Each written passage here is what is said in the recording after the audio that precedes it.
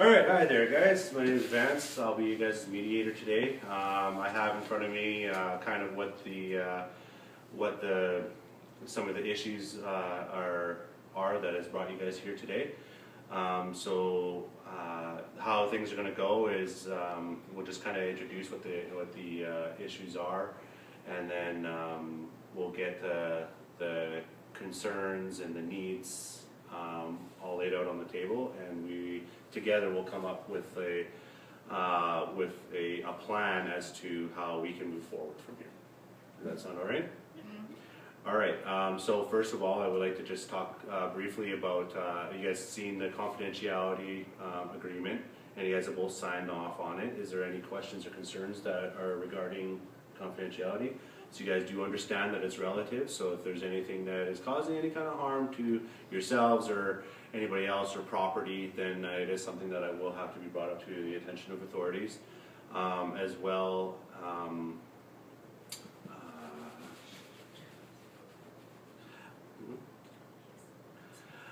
yeah, if there's any kind of abuses that are being conducted, then again I'll have to bring them forward. Also, if I'm having a problem with or having issue with how to deal with it, I may go to my coworkers who are all under the same understanding to bounce ideas off of and maybe get different perspectives on it. Is that okay with you guys? Mm-hmm. All right, so let's move forward then. So let's start off.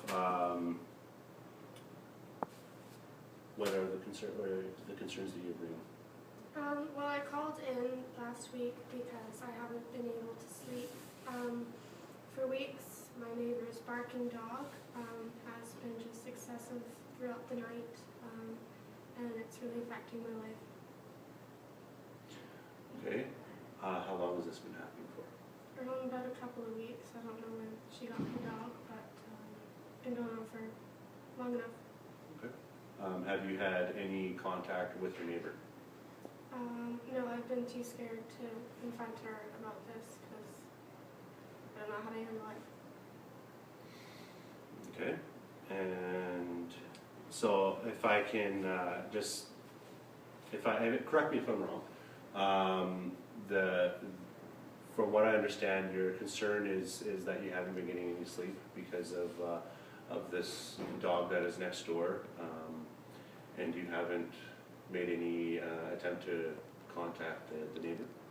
Yeah, well, besides this, of course, yes. Okay, all right, thank you very much. Is there anything that you would like to say to attest that?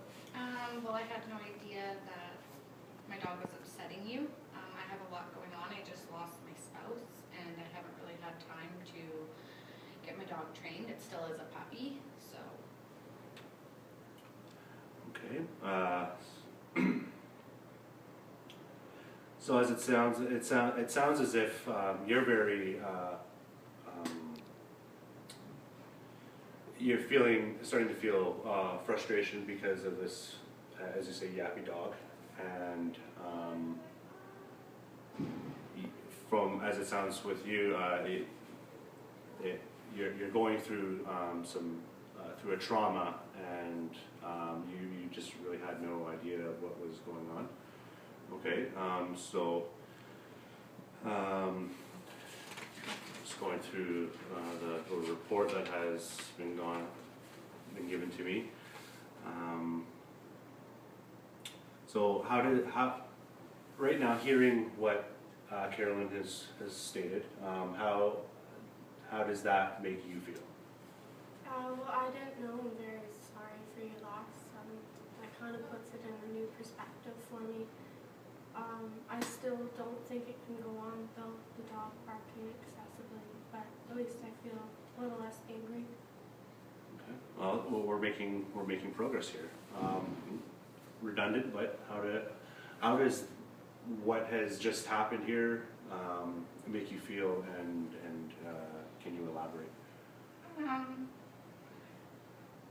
Well, I feel caught off guard because I thought that maybe you would come and talk to me if my dog was bothering you so much, and I don't know why you're so afraid to come and confront me, but I am willing to try to train my dog when I get some more energy. energy. It's just lots that's been going on, and I'm really emotionally just drained. So now hearing that, is there anything that, as the mediator, is there anything that we can do to assist in possibly trying to curb this situation?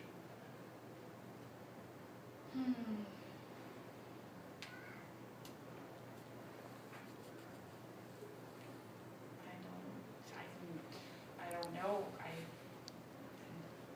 try to stop my dog from yelling, barking. Okay. I guess we kind of jumped a little bit too far ahead here, and I really want, or I would really like to have an understanding of how each other feels. So you can back up a little bit here and just do you understand what, or the frustration that your neighbor is feeling? Yeah, I can understand that it could be affecting your life because you're not getting the sleep, and obviously you are going to be a little on edge because people do need sleep, and that can affect other aspects of your life. I do understand that, and I am sorry for my dog. I just wanted to get a dog to keep me some company. Okay, so again, do you understand where she's coming from? Yeah, no, I do. Well, is there any way that you could maybe get training, like how we plan to get him trained?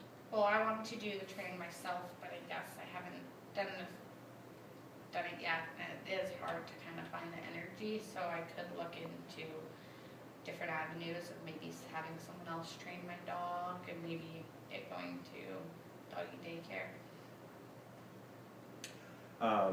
There are, if the two of you would like, we can, there are lots and lots of resources out there right now that have these very, what's the word for it, that take care of these very issues with training pets and animals and so forth. Are you two willing to come to I guess another session where we can go over some resources that are in the community for this? Sure.